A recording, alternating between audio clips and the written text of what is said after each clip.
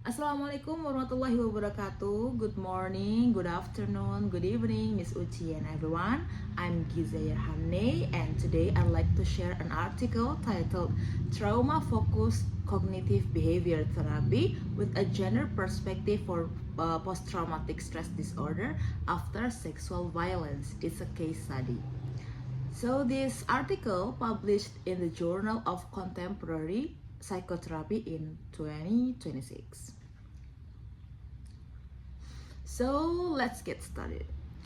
This study mainly looks at how TF-CBT can be applied with a gender perspective to support women who have experienced sexual violence. The focus is on helping them to reduce PTSD and depression while also improving how they manage their emotion.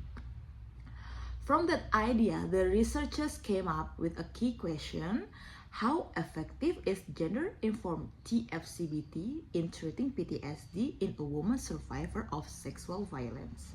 To understand why this study matters, we need to look at the bigger picture.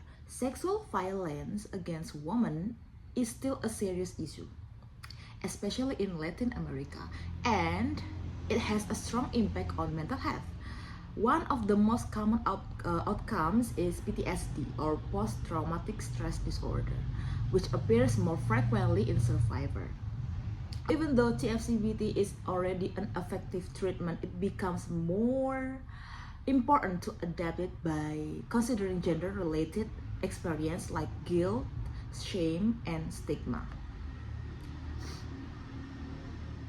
Okay, with that in mind, the researchers conducted a single case study involving one participant, a 41 years old woman and diagnosed with PTSD after experiencing sexual violence.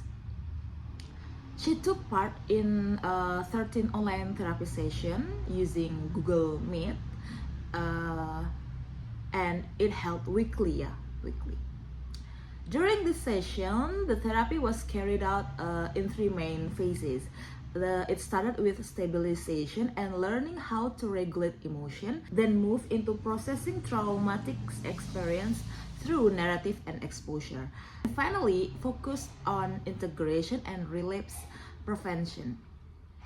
At the same time, the therapy also included a gender-based approach, such as prioritizing safety, addressing feelings like guilt and shame, and using online sessions to make the therapy more accessible.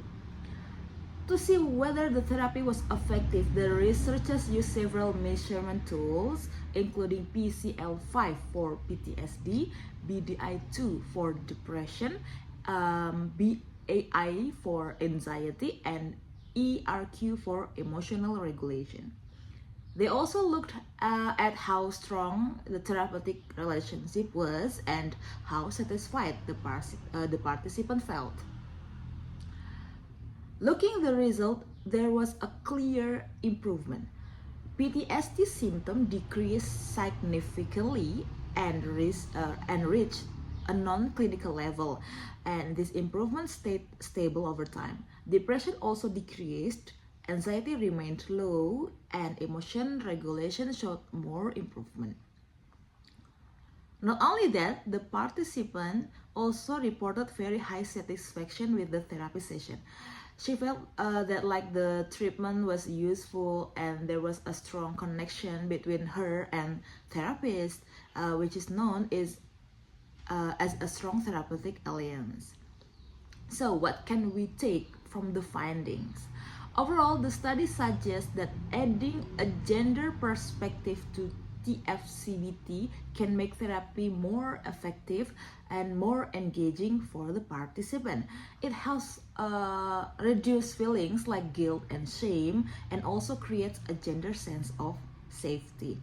However, since the study only involved the participant and had a relatively short follow-up period, the results still need to be interpreted more carefully. Then, to sum it up, the study from the Journal of Contemporary Psychotherapy shows that gender-informed TF-CBT has strong potential as an effective, acceptable intervention for women survivors of sexual violence. Even so, more research with a larger sample is still needed to strengthen these findings. And that brings me to the end of my presentation. Thank you very much for listening. Wassalamualaikum warahmatullahi wabarakatuh.